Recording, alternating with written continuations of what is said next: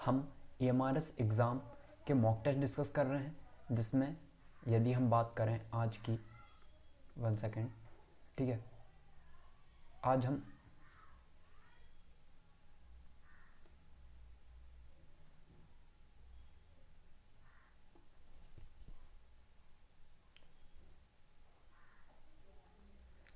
EMRS exam के लिए mock test discuss कर रहे हैं और ये हमारा 13वां मॉक टेस्ट है। अब आप सोच सकते हो यदि आप 12 आपने करे होगे तो आपकी किस लेवल में आ गए होगे आप, ओके। और आपको करना है और इसे आपको एग्ज़ाम की तरह, मॉक की तरह लेना है। आपको पहले खुद देना है टेस्ट, उसके बाद फिर यदि नहीं बनता तो देखना है और कमेंट सेक्शन में आपको लिखना है कि आपके जो है 25 में से कितने नंबर बन रहे हैं। क्यों?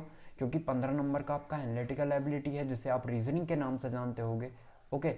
और न्यूमेरिकल एबिलिटी, जिसे आप मैथ्स के नाम से जानते होगे, ये 10 नंबर की आनी है आपकी, ओके। तो इसका 15 नंबर का वेटेज, इसका 10 नंबर का वेटेज, तो आपका ये मॉक टेस्ट टोटल 25 नंबर का है, ओके। और ये कॉमन सब्जेक्ट है, आपको भी पता है, सारे सब्जेक्ट के लिए, सारे आपके सब्जेक्ट, चाहे कोई सा भी सब्जेक्ट कंसर्न हो आपका, उसके लिए है। अब हम मॉक टेस्ट डिस्कस करते हैं।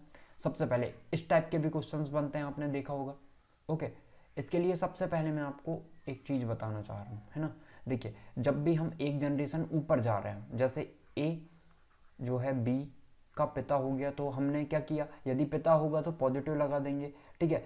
और यदि मान के चलिए ये एक जनरेशन ऊपर है, ओके, और यदि ये लड़की है तो इसके सामने हमने फीमेल माइनस लगा दिया, ताकि हमें एग्जैक्ट पता हो, ठीक है, ताकि ज़्यादा बार हमें ध्यान नहीं रखना पड़ेगा, टाइम बचेगा आपको। तो आपको ऐसा करना है, यदि कहना चाहिए हस्बैंड वाइफ है तो उन्हें डबल लाइन से दर्शा दीजिए, ठीक है। यहाँ पे सी लिख दिया हमने, इनको डबल लाइन से दर्शा दिया। अब यदि बात करें हम, अब यदि भाई बहन की बात हो, तो यदि इसका भाई कौन है, जेड है मान के चलते हैं, तो इसे हमने प्लस से दर्शा दिया। तो इस तरीके से करेंगे हम, ओके। अब देखते हैं P और Q, ठीक है, आपका जो दिया है उसे पहले देख लेते हैं। P प्लस Q का अर्थ है P Q का पुत्र है। इसका मतलब यदि हम यहाँ डायग्राम बनाएं इसका, P Q का अर्थ क्या है, P Q का पुत्र है। मतलब यदि हमें P प्लस Q दे रखा हो, इसका मतलब क्या होगा, P जो है वो Q का पुत्र होगा, P जो है वो Q का पुत्र होगा, इसका मतलब ये हुआ। अब देखिए, हमें क्या करना होता है, आपको एग्जाम में कैसी अप्रोच होनी चाहिए, पुत्र है बोल रहा है तो पॉजिटिव लगा दिया हमने, ओके। अब एग्जाम में कैसी अप्रोच होनी चाहिए हमारी, हमें ये नहीं देखना है कि यहाँ क्या क्या लिखा हुआ है, हमें ये देखना है कि हमें निकालना क्या है। हमें प्लस की नीड है तो हम प्लस की जानकारी रखेंगे, माइनस की नीड है तो माइनस की रखेंगे, ओके। अब यदि 1 से 2 क्वेश्चन दिए हैं तब भी हमें यही करना है, ठीक है। अब हमें क्या दे रखा है, क्वेश्चन ये दे रखा है a प्लस बी माइनस सी। इसका मतलब a प्लस बी का मतलब क्या है, यदि a प्लस बी का मतलब है p q का पुत्र है, मतलब a जो है वो b का पुत्र होगा, इसका मतलब ये हो गया। अब हमें माइनस दे रखा b माइनस सी, p माइनस q का अर्थ है p q की पत्नी है, ठीक है। b माइनस सी का अर्थ क्या होगा, b जो है वो c की पत्नी होगी, मतलब डबल लाइन बना दी हमने, और ये c की वाइफ होगी तो माइनस से दर्शा दिया हमने, ओके। अब आपको क्लियर हो गया होगा, तो ये पॉजिटिव होगा, ये हस्बैंड होगा। अब हमें बताना है सही आंसर क्या होगा, ठीक है। सी ए का पिता है, सी ए का पिता है, बिल्कुल राइट है। सी ए का पुत्र है नहीं, सीधे हम राइट आंसर ए लगा देंगे, ठीक है, ओके। तो आई होप आपको क्लियर हुआ होगा किस तरीके से करना है हमें। अब हम a इंटू बी का देखते हैं, ठीक है। a इंटू बी की ज़रूरत है, इसका मतलब क्या है, p इंटू बी, p गुणा q का अर्थ क्या है, p q का भाई है, इसका मतलब यहाँ पे a जो है वो b का भाई होगा, ठीक है। आपको ये भी ध्यान रखना है कि फर्स्ट वाला हमें कह रहा है या सेकंड वाले को कह रहा है, मतलब रिलेशन किसके बीच बन रहा है यहाँ पे, ये भी ध्यान रखना है आपको, ओके। अब भागित सी, भाग का मतलब क्या है, पी क्यू की बहन है, ठीक है। जो पहले आ रहा है ना, देखिए यहाँ पे क्या है, पहले पी आ रहा है तो पी जो है वो क्यू की बहन, इसकी बहन ये है, तो वैसे यहाँ से रिलेट करेंगे कि इसकी बहन ये होगी, तो माइनस, तो ये माइनस कर दिया हमने। और हम क्या करते हैं, जब भी रिलेशन बताना होता है एक जनरेशन में भाई बहन का, तो हम एक लाइन से दर्शाते हैं, ओके। आई होप आपको क्लियर हुआ होगा। तो अब हम देखते हैं यहाँ पे आपको क्या क्या आएगा आंसर, यहाँ पे राइट आंसर क्या बताओगे आप, ए और बी आपस में भाई भाई हैं, ए और बी आपस में भाई भाई हैं नहीं, ये तो लड़की है तो बहन हो सकते हैं। ए सी का पिता है, पिता वाली कंडीशन तो बन ही नहीं रही यहाँ पे। बी ए की बहन है, बी जो है वो ए की बहन है, बिल्कुल ये राइट कंडीशन है। ओके, तो अब ए और सी आपस में भाई बहन है, तो सी का तो कोई कुछ हमें दे नहीं रखा, तो हम कुछ भी नहीं बोल सकते, ठीक है। अपर्याप्त आंकड़े बोल सकते हैं हम, या अपर्याप्त हमें जो दिया है वो। ओके, तो इस तरीके से होगा, तो राइट आंसर क्या होगा आपका? सी नंबर। नेक्स्ट देखते हैं। बाहर एक चुनिए जो नीचे दिए गए वर्गों के बीच संबंध का सही निरूपण करता है। पुलिस, चोर, अपराधी। ओके, आपको जल्दी करना है ना एग्जाम में, तो आपको इतनी चीज़ पढ़नी नहीं। जैसे जैसे ही आपको ये चीज़ दिखती है तो आप सिंपली सोच लो कि ये क्या होगा आपका, ये जो है वो बैन आरेख बन रहा होगा, ठीक है। तो देखते हैं हम, पुलिस, चोर और अपराधी। जो चोर होता है ना, अब ऑप्शन से भी देख सकते हो आप और खुद भी बना सकते हो। पुलिस, चोर और अपराधी। पुलिस और चोर में कोई संबंध है? बिल्कुल भी नहीं हो सकता, लेकिन चोर और अपराधी में हो सकता है। हर चोर अपराधी होता है, तो हम अपराधी में बताएं कि चोर भी हो सकते हैं, और भी कई अपराध हैं जिनमें अपराधी कैटेगरी में आते हैं, तो हम क्या कहेंगे, ये कंडीशन बन रही होगी। तो ये कंडीशन कहाँ दिख रही है? ये तो अलग अलग बता दिया सबको, नहीं ये भी नहीं होगा। ये पुलिस और इनके बीच तो कोई रिलेशन बन ही नहीं सकता, ये कंडीशन ये भी फॉलो नहीं होगी। राइट आंसर क्या होगा? सिर्फ आपका ए, जो मैंने यहाँ बताया, ठीक है। अब आपका हो गया ये छोटा बना है, तो आप जिस तरीके से बनाना चाहो बना सकते हो, लेकिन ये इसके अंदर आ रहा है, इतनी बात आपको याद रहनी चाहिए। ओके, नेक्स्ट देखते हैं। निम्नलिखित में से कौन सी आकृति बाघ, हाथी और जानवर के बीच संबंध को भली भांति दर्शाती है? अब देखिए, जानवर हाथी भी है और आपका बाघ भी है, तो हम क्या कहेंगे, दोनों ये यदि हम किसे दर्शाएं, यदि हम कहें ये जानवर को दर्शा रहा है, तो बाघ भी जानवर की कैटेगरी में आ रहा है और आपका हाथी भी। अब हाथी और बाघ को रिलेशन नहीं बता सकते, क्योंकि हाथी अलग चीज़ है और बाघ अलग चीज़ हो गया, ठीक है। तो हम कहेंगे ये रिलेशन बन रही होगी, मतलब राइट आंसर आपका सी होगा। ओके, नेक्स्ट देखते हैं। सभी मोर शेर हैं। ओके, सभी जो मोर हैं वो शेर हैं, ऐसा बोल रहे हैं। सभी मोर शेर हैं, कुछ बाघ मोर हैं, कुछ बाघ जो हैं वो मोर हो गए। ओके, इस तरीके से दिया है हमें। अब हमें निष्कर्ष में क्या दे रखा है वो देखना है, ठीक है। निष्कर्ष में आपका क्या सही होगा, सिर्फ हमें ये बताना है। कुछ शेर बाघ नहीं है, कुछ शेर जो है बाघ नहीं है, ये कंडीशन फॉलो होगी। या सभी बाघ शेर हैं, सभी बाघ आपके शेर हैं, ये तो कंडीशन हो ही नहीं सकती। कुछ बाघ शेर हैं, कुछ बाघ जो हैं वो शेर हैं, बिल्कुल। सभी मोर बाघ हैं, सभी मोर बाघ हैं, ये भी कंडीशन फॉलो नहीं हो रही है। कुछ बाघ शेर हैं, लेकिन ये कंडीशन आपकी जरूर फॉलो हो रही है, ठीक है। तो राइट आंसर क्या होगा आपका? राइट आंसर होगा कुछ बाघ जो है ना वो शेर है, कुछ शेर बाघ। और हमें एक और चीज़ बोला कि कुछ शेर जो है वो बाघ नहीं है। अब इसका मतलब ये कंडीशन तो फॉलो हो रही है। यदि ये कंडीशन फॉलो हो गई, मान के चलते हैं हम, ये इसके अंदर आ रहा है और ये भी इसके अंदर आ रहा हो, तो ये कंडीशन भी तो बन सकती है ना, भले ना दिया हो पर कंडीशन तो बन सकती है। हमें सिर्फ रिलेशन किसके बीच दी थी? बाघ और मोर के बीच, तो बाघ और मोर के बीच बना दिया हमने, इसलिए ये कंडीशन आपकी फॉलो नहीं होगी। लेकिन कुछ बाघ शेर हैं, ये हो सकता है। ओके, दोनों कंडीशन में ये फॉलो कर रहा है। तो आई होप आपको क्लियर हुआ होगा। इसमें बहुत लोगों को कन्फ्यूज़न होता है, लेकिन आप इस तरीके से देखोगे ना, 2-3 स्टेटमेंट लगा के, तो आपका कभी भी रॉन्ग नहीं होगा आंसर। ओके, तो आपको इस तरीके से ही देखना है। अब यदि कोई टॉपिक में आपको प्रॉब्लम जाती है तो वो भी आप कमेंट सेक्शन में बता सकते हो, हम उसको भी डिस्कस कर लेंगे। नेक्स्ट देखते हैं हम, प्रश्नाकृति जो दी है हमें, 1 सेकेंड, हाँ, ये प्रश्नाकृति दी है और इसमें फिर उत्तर आकृति बताना है। तो इस टाइप के क्वेश्चंस को कैसे करते हैं हम? इस टाइप के क्वेश्चंस को करने के लिए देखो, इन दोनों के बीच जो रिलेशन बन रही है, जैसे आपने देखा होगा ना 5, 25, इस टाइप के क्वेश्चन बनते हैं आपके। 5 हो गया, 25 हो गया, ठीक है। इसके बाद समानुपात दिया रहेगा और इसके बाद 100 आपको 12 दे दिया, तो यहाँ क्या आ रहा होगा? तो इस टाइप के क्वेश्चन बनते हैं। तो देखिए, जो इसके बीच रिलेशन है वहीं इसके बीच भी बन रहा होगा। यहाँ क्या हो रहा है, यहाँ हमने 3, इसकी भुजाएं कितनी थी? 3 थी। तो हमने क्या काम किया, इसकी भुजाएं को 1, 2, 3, 4, 5 कर दिया, 2 बढ़ा दिया, 2 बढ़ा के, और हमने उनको इस टाइप से क्या किया है, इस टाइप से छायांकित कर दिया है, हम कह सकते हैं, ठीक है। अब वैसे ये होगा तो इसका भाग भी छायांकित होना चाहिए, तो सारे ही हमें छायांकित दिख रहे हैं। लेकिन इसमें क्या था, 1, 2, 3, 4 थे, तो 6 होना चाहिए था, 2 बढ़ रहे हैं, तो हम बोलेंगे 1 2 3 4 5 6, 6 इसमें है, तो ये राइट आंसर होगा आपका। मतलब ऑप्शन नंबर सी जो है वो राइट आंसर होगा। ओके, आई होप आपको क्लियर हुआ होगा। अब नेक्स्ट देखते हैं।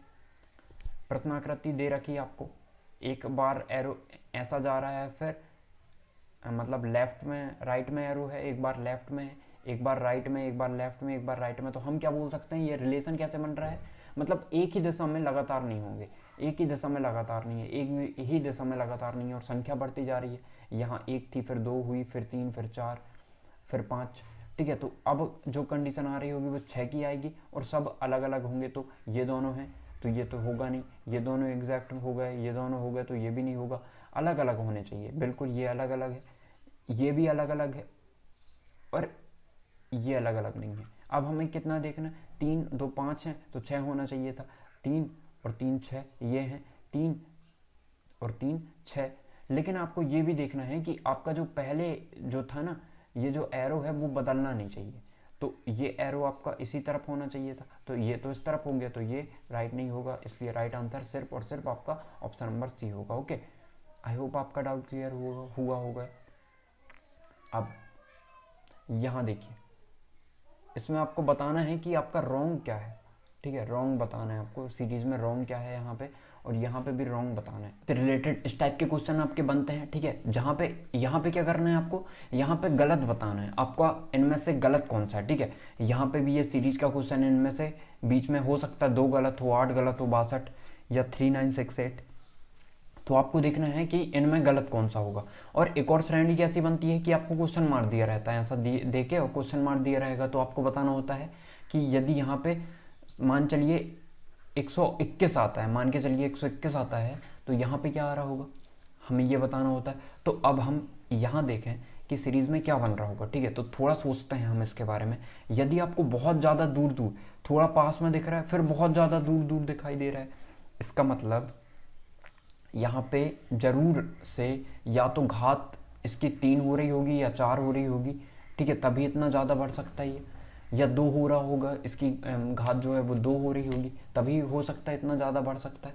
तो हम क्या बोले यहाँ पे, हम ये बोल सकते हैं कि यदि हम बात करें यहाँ पे कंडीशन क्या लगाएं, हम यहाँ पे कंडीशन लगाते हैं यदि ये इस टाइप से बन रहा होगा। ठीक है, आपको देख के समझ में आ रहा होगा कि यदि हम इसे 1 की घात 2 धन 1 बनाए, इसे 2 की घात 2 ऋण 2 बनाए, 1 बनाए। ओके, और इसे क्या बना लें, 3 की घात 3 बन रहा है। फिर यदि इसे घात 3 करते हैं हम, तो 3 की घात 3 ऋण 1 हो रहा है, यहाँ तक सेटिस्फाई कर रहा है। अब यहाँ नहीं कर रहा है, यहाँ पे क्या हो रहा होगा, 1 हुआ, फिर 2 हुआ, फिर 3 हुआ, फिर 4 होगा, तो 4 की घात 2 ही होगा यहाँ पे, क्योंकि 1 की 3 हो रहा है, फिर 2 हो रहा है, फिर 3 हो रहा है, फिर 2 हो रहा है, तो 4 की घात 2 हुआ होगा, तो 4 चौको 16। लेकिन ये तो आ नहीं रहा है, तो ये कंडीशन भी नहीं होगी, क्योंकि फिर इतनी बड़ी संख्या दिख रही है हमें, जो कि 5 की घात 3 में तो हो ही नहीं पाएगी, है ना, तो ये भी नहीं हो सकता। अब हम क्या करते हैं, इस तरीके से सोचते हैं, हम इस तरीके से सोचें कि यदि ये ऐसा हो तो कि 2 की घात 2 ऋण 1 ये, ठीक है, फिर 3 की घात 2 ऋण 1 बिल्कुल, 8 की घात 2 कितना होता है 64, ऋण 1 कितना होना चाहिए था 63, लेकिन है कितना 62। हो सकता है ये कंडीशन बैठ रही हो। फिर हमें क्या करना था, यदि यहाँ पे 63 आ रहा है तो यहाँ कितना आना था, तो हम सीधे निकालते हैं 63 का वर्ग कितना होगा, 3 का वर्ग निकाल लेते हैं, इकाई का अंक देख लेते हैं, 3 3 9 माइनस 1 करते तो 8 आ रहा होता। मतलब बिल्कुल ये कंडीशन सेटिस्फाई कर रही। आपको बिल्कुल ऐसा नहीं करना है कि 63 का वर्ग कर रहे हो, फिर कर भी सकते हो यदि सेटिस्फाई करना है, ठीक है, कि गलत ना कर रहे हो तो आप देख सकते हो 3 3 9 3 6 18 6 3 18। ओके, 6 3 18 और 6 3 18, 18 दूनी 36, 6 हाथ लाई 3, 6 चिंग 36 और 6 36 और 3 39, 3969 हो रहा है। देखिए एक कम करेंगे तो इतना आ जाएगा, मतलब राइट आंसर क्या होगा आपका 62। 62 गलत है आपका। अब आपको ये नहीं देखना होता कि 63 यहाँ पे 62 आ रहा है तो 62 का ही वर्ग में से माइनस करोगे, नहीं, ये नहीं देखना होता। यहाँ पे हमें सही आंसर देखना होता है, मतलब यहाँ इनमें से गलत होगा, बाकी ये जो सीरीज है सारी की सारी सही होगी। ओके, तो इस तरीके से करते हैं इस टाइप के क्वेश्चंस को। अब यहाँ देखते हैं 17 19 23 29 33 37 41, इसमें देखना है तो देखते हैं हम 2 बढ़ रहा है, फिर आपका कितना बढ़ा 5 बढ़ा, 4 बढ़ा, 2 बढ़ा, फिर 4 बढ़ा, फिर 6 बढ़ा, मतलब 2 2 के गुणांक में बढ़ रहा है, 2 दूनी 4, 2 तिया 6, ठीक है। यहाँ कितना बढ़ रहा है, 5, गलत बताना है हमें क्योंकि इस श्रेणी में। तो यहाँ कितना बढ़ रहा है आपने देखा, 9 और 4, फिर 13, फिर 4 बढ़ गया, मतलब ये रिलेशन तो बन नहीं रही है हमारी। और क्या बन सकती है देखें तो, यदि आप देखो, एक मिनट, यदि आप देखो तो सारे के सारे प्राइम नंबर दिख रहे हैं। प्राइम नंबर मतलब अभाज्य संख्याएं। 17 अभाज्य है, 19 अभाज्य है, 23 अभाज्य है, 29 अभाज्य है, लेकिन 33 अभाज्य नहीं है, ये तो 11 से जाती है। 37 एक अभाज्य संख्या, 41 एक अभाज्य संख्या, मतलब प्राइम नंबर है। इसलिए आपको गलत बताना श्रेणी में तो क्या होगा, 33 होगा। तो इस तरीके के क्वेश्चन भी आते हैं, तो आपको इनकी भी तैयारी करनी जरूरी है। अब हम देखते हैं next. A B C D E और एफ केंद्र की ओर मुख करके एक व्रत में बैठे हैं, ठीक है। बना लेते हैं एक व्रत, ये एक व्रत हो गया, सारे के सारे केंद्र की ओर बैठे हैं। कितने लोग हैं, 3 3 6, ठीक है। तो हमने बना लिया 1 2 3 4 5 6, ओके। अब इस टाइप से क्यों बनाया, क्योंकि कभी कभी कह देता है ना कि एक दूसरे के विपरीत बैठे हों, इसलिए केंद्र में जब भी आपको व्रत में दिया रहे तो इस टाइप से ही बनाना है आपको, ठीक है। 8 दिए रहते तो एक यहाँ बना लेते हैं हम। अब हम देखते हैं जो भी दिया है हमें, एफ ए के दूसरे बाएं ओर है, एफ ए के दूसरे बाएं ओर है। यदि हम ए को यहाँ रखते हैं, सपोज ए के दूसरे बाएं मतलब पहले बाएं ये होगा, इसका बायां इसी तरफ होगा, इसका दायां इस तरफ होगा, तो पहला बायां ये और दूसरा बायां ये, तो एफ आपका यहाँ आ रहा होगा, ओके। अब हम बात करें बी ए के दूसरे दाएं ओर है, बी जो है ए के दूसरे दाएं ओर है, तो बी यहाँ पे आ रहा होगा, पहला दाएं ये, दूसरा दायां ये। ए डी का बाएं पड़ोसी है, ए डी का बाएं पड़ोसी है, तो डी के बाएं कौन होगा, ये होगा, ठीक है। बायां कैसा चल रहा है आपका, और दायां किस तरफ रहेगा, देखिए यदि हम यहाँ बैठे हों तो ये दायां होगा और ये बायां होगा, तो दायां ऐसा चल रहा होगा, तो डी का बायां क्या होगा, ए होगा। ए डी का बाएं पड़ोसी है। सी एफ और बी के बीच बैठा है, सी जो है एफ और बी के बीच में बैठा है, और ए के बाईं ओर का पड़ोसी ई है। ए के बाईं ओर जो है, ए के बाएं ओर हम बात करें, ए का बायां कौन होगा, ए का बायां यहाँ पे, तो ए का बायां जो है बाईं ओर ई का पड़ोसी,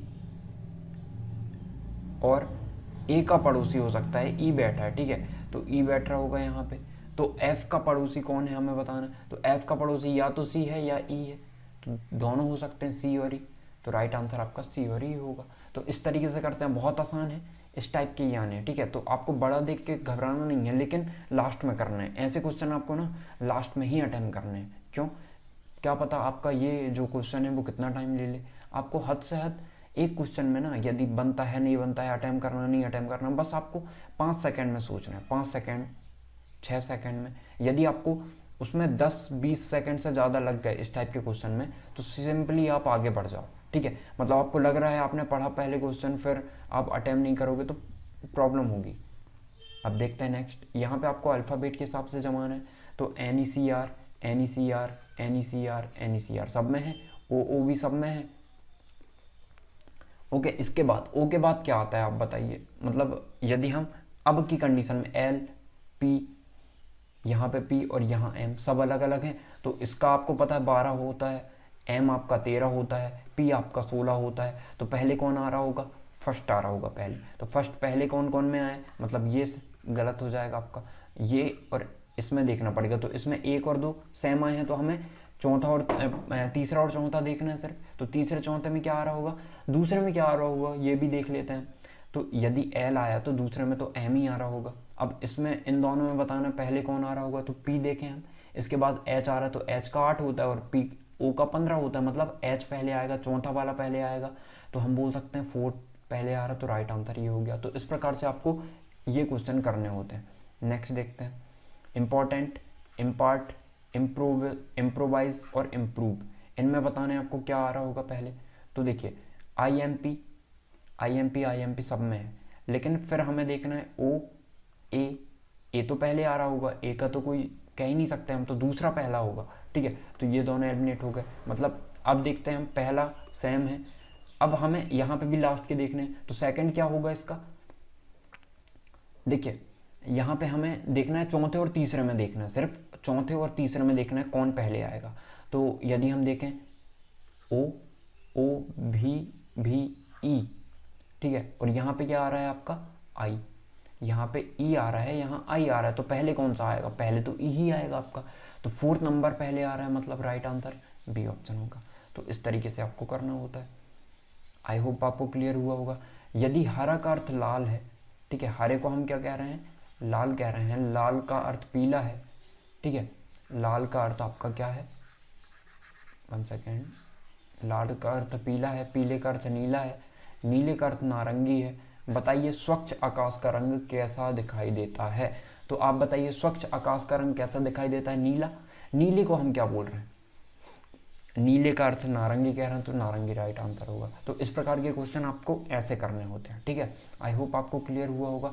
या आप सीधे बता सकते हो, देखिए आपको क्वेश्चन पढ़ना था, इस टाइप के जब भी क्वेश्चन आ जाए तो आपको अटेम्प्ट कैसे करना, सीधे देखना लास्ट में आपसे क्या पूछा गया, आकाश का रंग कैसा दिखाई देता है, स्वच्छ आकाश का, आप कहोगे नीला, नीला रंग दिखाई देता है, इसका मतलब नीले को हम क्या कह रहे हैं, नारंगी कह रहे हैं, राइट आंसर नारंगी हो जाएगा। आपको ज़्यादा पढ़ना भी नहीं पड़ेगा, टाइम भी बच जाएगा।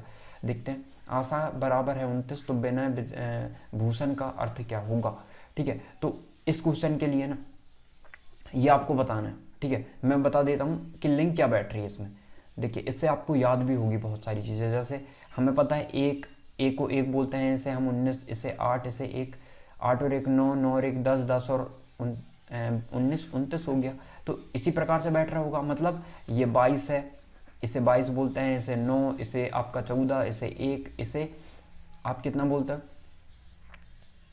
ये 25 है आपका, ये आपका 2 है, ये 8 है, ये 21 है, ये 19 है, ये h कितना है आपका 8 है, ये 1 है और ये 14 है। तो इस प्रकार से आप सारों को जोड़ के, सारी की यूनिट डिजिट कैसी दिख रही है, अलग अलग दिख रही है, सिर्फ 180 और 100 200 की हमें सेम दिख रही है। देख लेते हैं यूनिट डिजिट ही देख लेते हैं पहले। 9 और 2 11, 11 4 आपके 15, 16, 16 5 21, 21 2 22, 22 8 आपके 30, ठीक है, 30 और 1 31, 31 और 9 31 और 9 आपके 40, 40 और 9 ये 8 और 1 40 और 9 कितने हो जाएंगे 49, 49 और 4 3 आ रहा है लास्ट में, सॉरी 49 और 4 53 होगा, लेकिन यहाँ पे तो आंसर नहीं है इतना, ठीक है। ज़रूर हमने किसी ना किसी गलत जोड़ लिए होंगे, शायद हमने गलत जोड़ लिया होगा किसी ना किसी को, कंजेस्टेड हो गया बहुत ज़्यादा, जोड़ लेते हैं एक बार फिर से, है ना। देखिए आशा को हमने क्या बोला 29 बोला है, तो 1 सेकेंड, भी का कितना होता है आपका 22 होता है, इसका 9 होता है, इसका आपका 14 होता है, इसका 1 होता है, इसका 25, ये 1 हो गया, ये 25 है। अब बी कितना होता है आपका, बी होता है 2, ये 8, ये 21, ये 19, ये 8, ये 1 और ये 14, ठीक है।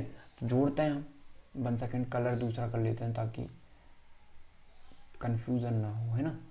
देखिए 22 और 9 हम यूनिट डिजिट ही जोड़ते हैं अभी भी, ठीक है। 9 और 2 11, 11 और 4 आपके 15 और 1 16, 16 5 21, 21, 21 और 2 हो सकता है इस टाइप से जोड़ रहा हो, 21 लिख लेते हैं, है ना। अब इन दोनों को जोड़ लेते हैं, 8 और 2 10, 8 और 2 10, 10 और 1 11, 11 और 9 आपके 30, 11 और 9 सॉरी 11 और 9 20, 20 और 9 29, 29 और 4 29 और 4 कितने हो जाएंगे आपके 43, 33, 29 और 4 33 और 3 और 1 4, मतलब लास्ट में 4 होगा, तो राइट आंसर यही होगा आपका, ओके।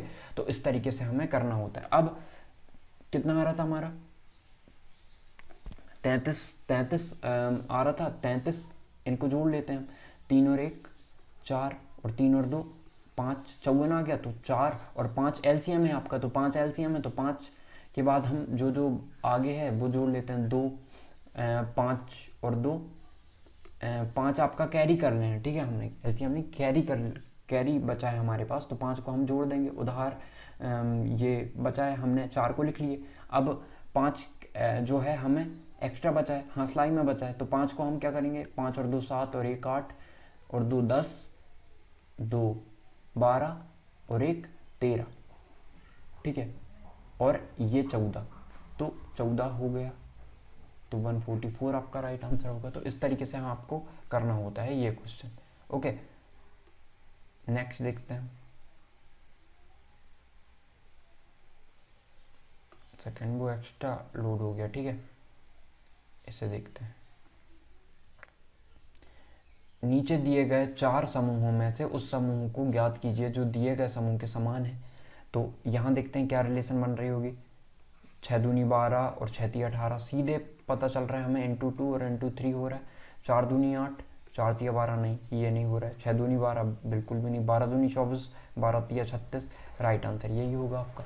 तो इस तरीके से इस टाइप के क्वेश्चंस को किया जाता है। यहाँ पे हमें ढूंढना होता है कि इनमें क्या रिलेशन बन रही है। सबसे पहले हम ये देखते हैं और उसके बाद देखते हैं कि इससे कौन सा संबंधित है आपका, ठीक है। नेक्स्ट देखते हैं।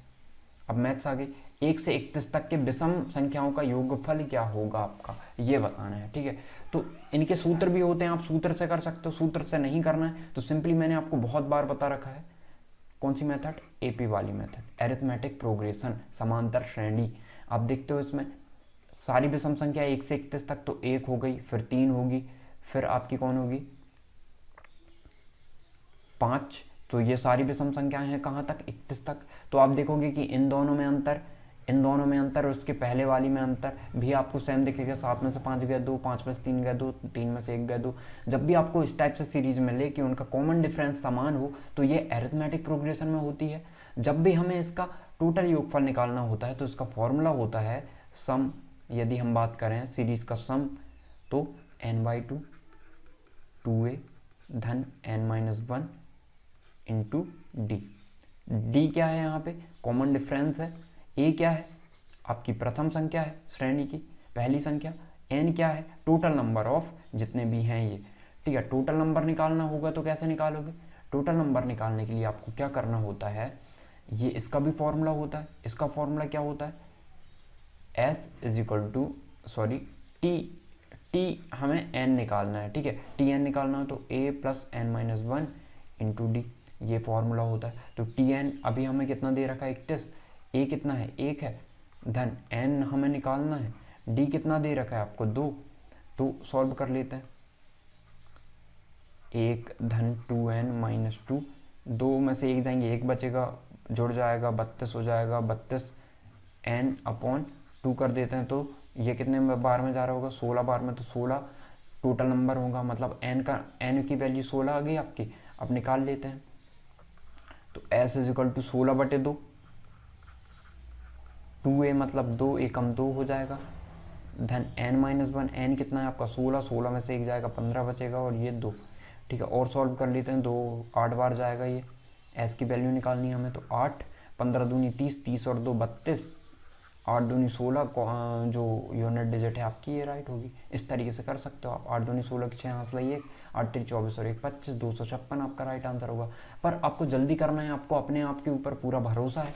सीधे यूनिट डिजिट देखा करो, जल्दी चल जाए और आगे बढ़ जाए करो। क्यों, क्योंकि टाइम बहुत ज़्यादा कीमती है और हो सकता है यदि गलत किया होगा तो करोगे तो समझ में आ जाएगा। आप देखिए फॉर्मूले से करना चाहो तो आप कर सकते हो। यदि प्रथम n संख्याओं का योग आपको दे रखा होता है, मतलब प्रथम n सम संख्याओं का योग निकालना है, तो सीधे इस फॉर्मूले पर मान रख दो। लेकिन उसके लिए आपको n वाला फॉर्मूला लगाना पड़ेगा। लेकिन सारे के लिए अलग अलग फॉर्मूला रटोगे, इससे अच्छा वो है कि मैंने आपको एक एग्जैक्ट फॉर्मूला बता दिया, वो सारे के लिए फॉलो होगा। ओके, तो आप यदि विषम संख्या के लिए हम देखें तो ये वाला फॉर्मूला था n-1/2, 16 आया था हमारा n, धन इस पूरे का वर्क करें तो भी हमारा राइट आंसर आ जाएगा। 16 और 1 17,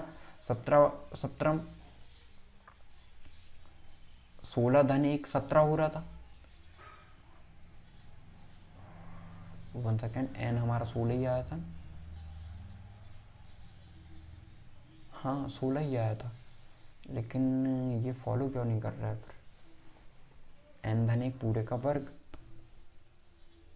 क्योंकि यदि ये 17 हो गया ना तो फिर भाग नहीं जाएगा पूरा पूरा। 16 धन 1 17, 17 के बटे 2 कितना हो जाएगा ये इतना, इस पूरे का वर्ग मतलब 17 आपका 343, नहीं ये तो उसका होता है 324, 289 होता है ये 289 अपॉन 2।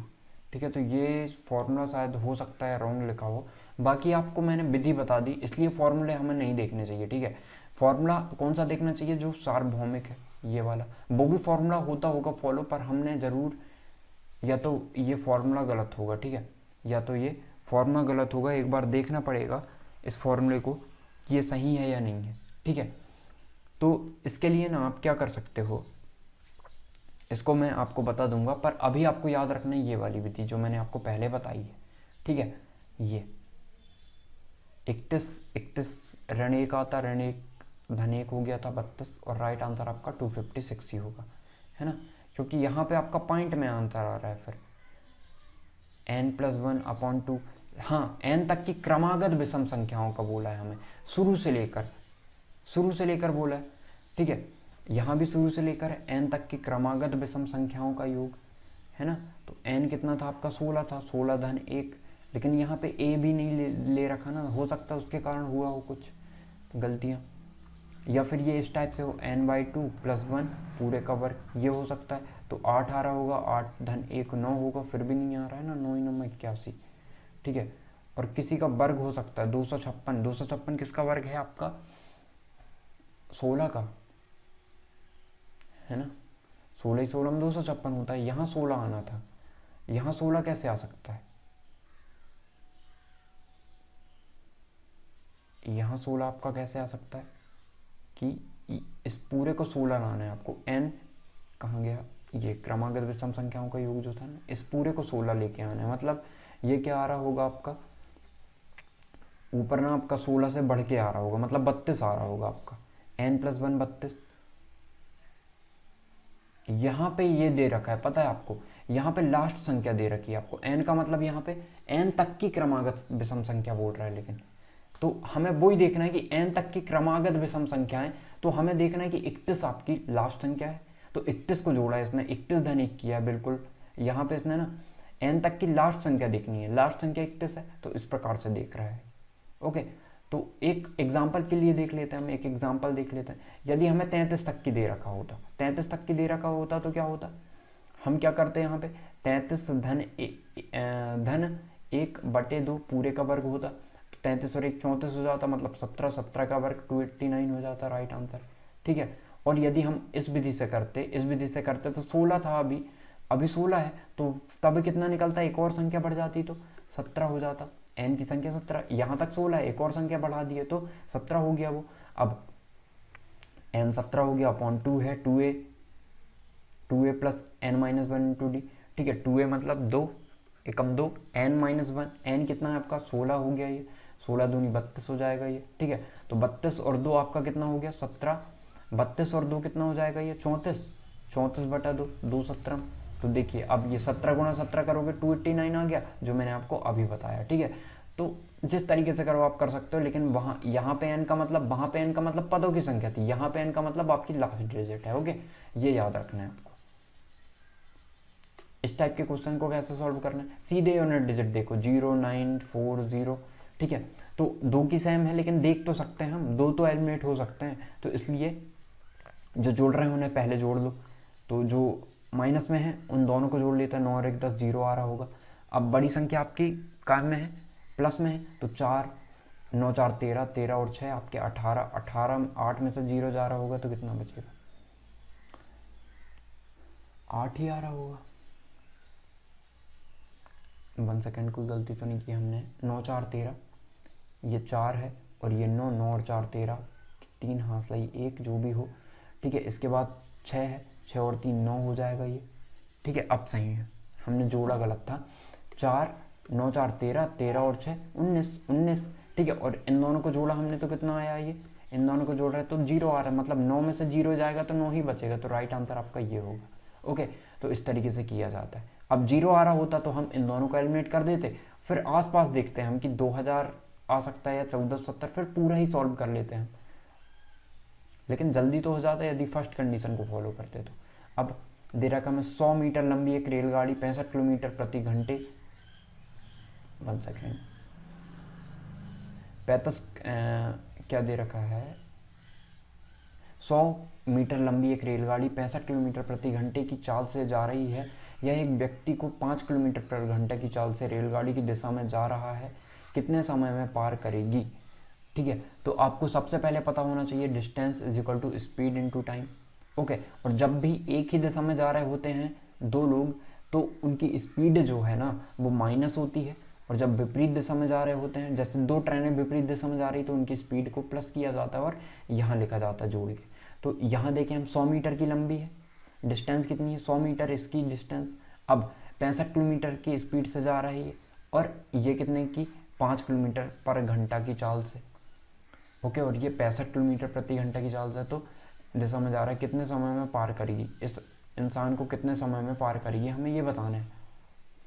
ठीक है, यदि ये भी कुछ लंबाई होती, इंसान की लंबाई क्या है इतनी, ठीक है, इस लंबाई को पार करना मतलब क्या है, इस खुद की लंबाई को, ट्रेन अपनी खुद की लंबाई को पार कर रही है, जैसे खंबे की लंबाई को पार करना, खुद की लंबाई पार करेगी। अब हम क्या काम करेंगे, 65 और 50 को जोड़ देंगे, क्योंकि ये घटा देंगे क्योंकि ये एक ही दिशा में जा रहे हैं। ओके, या एक व्यक्ति जो 5 किलोमीटर की चाल से रेलगाड़ी की दिशा में जा रहा है, कितने समय में पार करेगी। अब देखते हैं, तो 65 में से 5 जाएगा 60 बचेगा, लेकिन ये किलोमीटर पर आवर में है और हमें मीटर पर सेकंड में भी आंसर लाना है, तो मीटर पर सेकंड में लाने के लिए 5/18 से गुणा कर दिया जाता है। ओके, और टाइम कितना लग रहा है हमें ये बताना है ना। किलोमीटर से हमने कहाँ में चेंज कर रहे हैं, मीटर पर सेकंड में, इसलिए 5/18 से गुणा करते हैं। और जब किलोमीटर पर हमें मीटर पर सेकंड में दिया हो तो किलोमीटर बनाने के लिए 18/5 से गुणा करते हैं। ओके, अब 6 से काट देते हैं, 6 3 18, 6 एकम 6, 6 शून्य 0, 3 का गुणा वहाँ कर देंगे, 1 0 से 1 0 भी काट देते हैं, 5 से भी काट देते हैं 2 बार, और 3 दूनी 6। तो टी आपका कितना आ गया, क्वेश्चन मान लिखा था वो टी मान लेते हैं, टाइम कितना लगेगा 6 सेकंड का। आपका राइट आंसर ये होगा। समझ में नहीं आया होगा तो एक बार और कर सकते हो। ठीक है, इसलिए मैंने 2 क्वेश्चन ले रखे हैं टाइम एंड डिस्टेंस के। एक व्यक्ति नदी के बहाव की दिशा में 6 किलोमीटर प्रति घंटा तथा विपरीत दिशा में 3 किलोमीटर प्रति घंटा की चाल से नाव चलाता है, स्थिर पानी में नाव की चाल क्या है। देखिए, ये मान के चलिए ये धारा बह रही है और ये नाव बह रही है इसी दिशा में धारा भी बह रही है आपकी, तो क्या होगा, इसकी स्पीड तो चल ही रही है, इसकी स्पीड और मतलब ये दुगनी स्पीड से चल रहा होगा। दुगनी मतलब इसकी स्पीड भी और इसकी स्पीड भी मिलके से चला रही होंगी। लेकिन यदि धारा इस दिशा में जा रही है और नाव इस दिशा में ले जा रहे हैं तो क्या होगा, ये धारा इस दिशा में जा रही है, इस दिशा में, तो एक दूसरे से क्या होंगे, रिफ्लेक्ट होगा, मतलब ये रोकेगी, धारा उसे रोकेगी जाने के लिए, तो इसकी स्पीड क्या होगी, कम होगी। अब एक व्यक्ति नदी के बहाव की दिशा में 6 किलोमीटर प्रति घंटे तथा विपरीत दिशा में 3 किलोमीटर प्रति घंटे की चाल से नाव चलाता है, स्थिर पानी में नाव की चाल क्या है। तो हमें क्या दे रखा है, देखिए u मानते हैं हम किसकी चाल, ये नाव की चाल हो गई, ठीक है, और जल की चाल, पानी की चाल हम कितनी कहते हैं, ये भी हो गई। ठीक है, तो आपको u प्लस भी एक बार कितना दे रखा है 6 किलोमीटर, और विपरीत दिशा में जब जा रहे हैं तो u माइनस भी होगा, मैंने बताया विपरीत दिशा में जाएंगे तो माइनस होगा। तो ये कितना दे रखा है 3 किलोमीटर, माइनस कर देते हैं तो 2, प्लस कर देते हैं तो 2u, और 6 और 3 9 आ गया आपका। तो u इज इक्वल टू कितना जाएगा 4.5, 45 दूनी 90 होते हैं, तो u इज इक्वल टू 4.5 आ गया।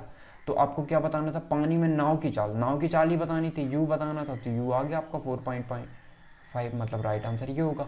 अब हमें पूछ लेता नाव की चाल बताओ, तो 4.5 यहाँ मान रख देते हैं हम, इस समीकरण में या इस समीकरण में, दोनों में ही आपका मान आ जाता है, राइट।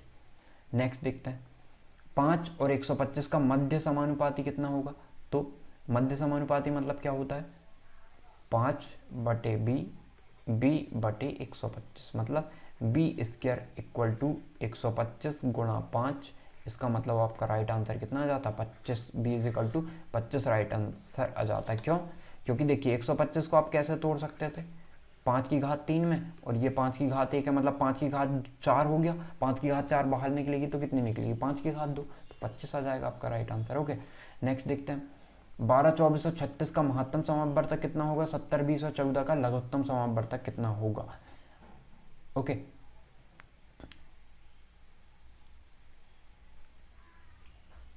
देखते हैं हम। तो देखिए, जब भी आपको लघुत्तम समवर्तक निकालना, महत्तम समवर्तक जब भी निकालते हो तो इसका मतलब क्या होगा, सबसे बड़ा कॉमन फैक्टर, इन सब का सबसे बड़ा कॉमन फैक्टर क्या है, देखते हैं। 4 तिया 12 सबसे बड़ी बात है ना, यहाँ से देख लिया करो आप। 18 का भाग इसमें जा रहा है, नहीं। 36 तो जाएगा ही नहीं, महत्तम समवर्तक ये हो ही नहीं सकता। ठीक है, 16 का देखते हैं, 16 भी नहीं जा रहा है, 12 हो सकता है, तो 12 ही आपका राइट आंसर होगा। कैसे, 12 एकम 12, 12 दूनी 24, 12 तिया 36, तीनों में भाग जा रहा है। और सबसे महत्तम समवर्तक मतलब मैक्सिमम वैल्यू होती है, और 12 ही मैक्सिमम है, बाकी से ज़्यादा नहीं रहा है, इसलिए राइट आंसर ये होगा। पर आपको यदि एग्जैक्ट निकालना होता तो कैसे निकाल दोगे, इसको फैक्टराइज करेंगे 4 तिया 12 में, इसको 4 छिंग 24 में, इसको, या फिर आप सब में देख सकते हो। छोटी संख्या इसलिए मैं ऐसे ही बता देता हूँ आपको फैक्टराइज करके। 4 नाम 36, ठीक है, तो 4 4 सब में है, 4 तो हो गई, लेकिन 3 3 भी सब में दिख रहा है आपको, 3 इसमें भी है, 3 दूनी 6, 3 तिरका 9, तो 3 भी सब में है। तो जो चीज़ सब में होती है ना, वो आपका कॉमन फैक्टर महत्तम समवर्तक होता है। ठीक है, आई होप आपको समझ में आया होगा। लघुत्तम समवर्तक क्या होता है, मतलब इन तीनों का लघुत्तम समवर्तक सबसे कम, लघुत्तम समवर्तक मतलब सबसे छोटी ऐसी संख्या जो आपकी इससे भी भाग, इससे भी भाग दें तो पूरा पूरा भाग जाए, इससे भी दें इससे भी दें, सबसे छोटी संख्या। ठीक है, तो देखते हैं 70, 20 और 14 में इसे कैसे निकालते हैं हम। तो इसे आप देखो इस तरीके से निकाल सकते हो, 7 गुणा 10 लिख दो, इसे आप 20 गुणा 2 गुणा 10 लिख दो, इसे आप 7 गुणा 2 लिख दो। ओके, तो 7 सब में है, 7 सभी में नहीं है, तो एक बार हमने, सबसे बड़ी संख्या कौन सी, 70 है, तो 70 तो होगी। तो इसमें क्या क्या कमी है वो देख लेते हैं हम। इसमें 2 इंक्लूड है, 2 गुणा 5 है, तो ये नहीं लेंगे। 7 भी है इंक्लूड, तो ये तो कैंसिल हो गया। अब किसकी बारी आई, इसकी। 2 भी है इसमें और 5 भी है, 2 है, लेकिन 10 है, तो 2 को एक्स्ट्रा करना पड़ेगा हमें, तो 140 आपका राइट आंसर होगा। इस प्रकार से करते हैं। ठीक है, आई होप आपको क्लियर हुआ होगा, या फिर आप जिस विधि से करते हो उससे कर सकते हो, बाकी इससे आप जल्दी कर सकते थे। ओके, इससे आपको सॉल्व करके कमेंट सेक्शन में आंसर बताना है। ठीक है, ये आपका होमवर्क हो गया, समझ लीजिए। इससे भी बताना है आपको, स्क्रीनशॉट ले सकते हो। ये वाली मैं बता देता हूँ। ठीक है, सिंपल थे, सिंप्लीफिकेशन के थे, वो बोर्ड मार्क्स से हो जाएंगे। 3 1 2 5 में से क्या घटाया जाए ताकि शेष संख्या 13 से पूर्णतः विभाजित हो सके। इसका मतलब सिंपली हम 3 1 2 5 में 13 से भाग देते हैं, जो भी शेषफल आएगा उसको माइनस कर देंगे। तो 13 एकम 13, 13 दूनी 26, 13 तिया 39, 2 बार जाएगा, 13 दूनी 26, बचेंगे कितने, 5 हो जाएंगे 52 आपके, 13 चौको 52 हो जाता है। ठीक है, अब यदि यहाँ पे इतना होता, यहाँ पे इसकी जगह में 0 होता तो पूरा पूरा भाग चला जाता, तो हम किससे माइनस करें, 5 को हटा देंगे तो पूरा पूरा भाग जा रहा है, इसलिए राइट आंसर 5 होगा। तो इस प्रकार से करते हैं। आई होप आपको बहुत सारी चीज़ें सीखने को मिली होगी। आपका कमेंट सेक्शन में स्कोर कितना आया ये ज़रूर बताना है। Okay, thank you.